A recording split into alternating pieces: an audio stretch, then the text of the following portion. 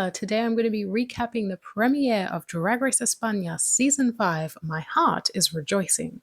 This season has a lot to live up to because I diehard loved Season 4.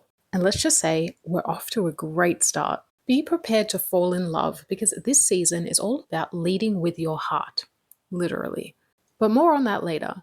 One by one, the queens enter the workroom and I gave my top toot to Denebola Murnau's entrance look. Just watch my pre-season thoughts. You'll understand why this works for me.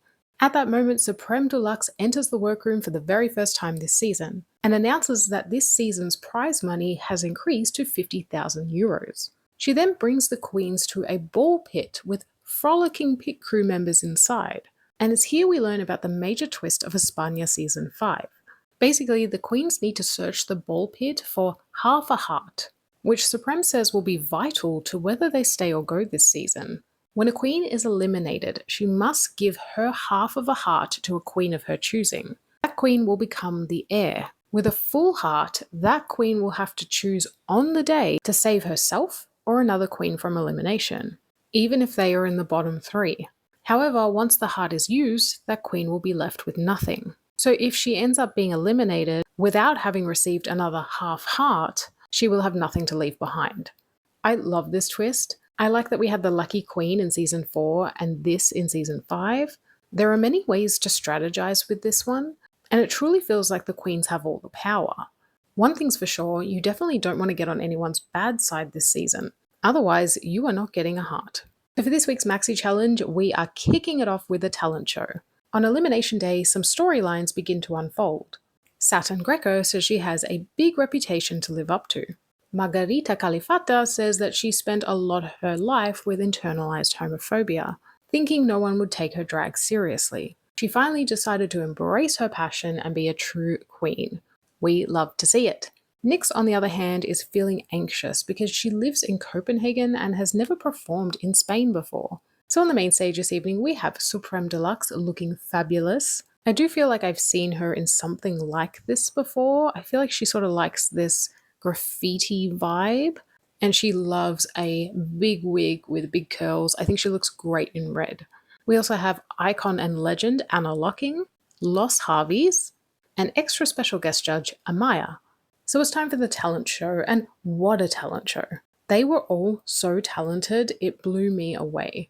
Some of the queens that stood out to me were Daphne Mugler. I really love the mix of Swan Lake and Britney Spears' Toxic. I also loved her ballet moves and the way the pit crew were holding her and sort of swooping and diving with her. I also enjoyed Margarita's plate spinning. Like, sure, she fumbled a bit at the end, but that shouldn't negate everything else. A fumble that did sort of ruin everything was Nori's talent show performance. She took way too long to step out of that curtain, and the finished product was a piece of fabric. Satin Greco, on the other hand, completely took my breath away. She left me in tears. I'm not even joking. The power and experience in her performance was incredible. So category is Two-Faced Realness, and I gave my top toot to La Scandalo. This is so fun and stupid and campy and gorgeous at the same time. And so it's time for the judges' critiques. Alexandra, Denebola, Laka, Crystal, Eva, and La Escandalo are all made safe, which means the rest represent the bottoms and the tops of the week. First up, we have Daphne Mugler. She's in the top for an incredible performance that had a narrative or a storyline.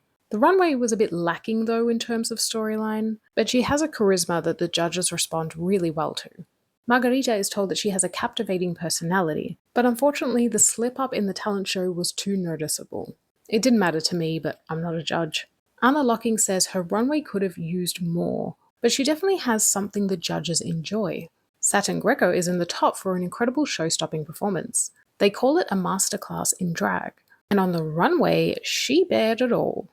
Literally. It made Anna Locking choke up, and I think it was Javier Ambrosi who said that they stopped being judges in that moment and just became fans of her. Nori is in the bottom due to her lackluster finale in her performance. It was just too messy and the presence wasn't there. This is a gorgeous queen though. Fedan is in the top for an enigmatic performance. It was effortless and natural. She has a real confidence about her. I put her in my top 3 for a reason. On the runway, they say that they wanted her to be more confident in what she was selling, but you can't deny that the track was catchy.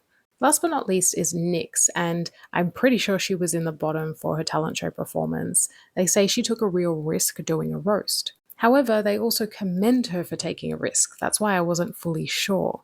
They also wanted her runway to have a bit more of a storyline, be a bit punchier, but they could tell that she was nervous and they reassured her that she was doing a good job.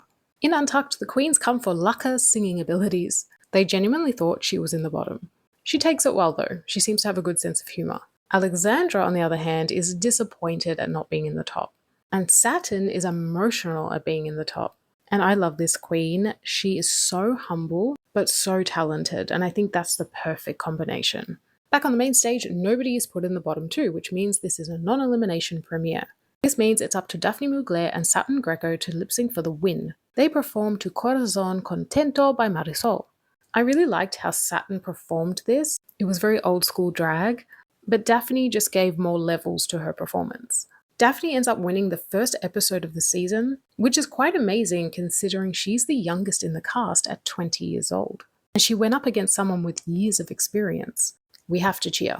And so, my friends, what did you think about the premiere of España Season 5? I absolutely loved it. What a fantastic start. I'm so hyped for this season. I've got my favorites already. I'm living for this cast. It's great. Next week will be an acting challenge. Comedy Queens Assemble. But as always, my friends, give me the tea and I'll be back very soon with another video.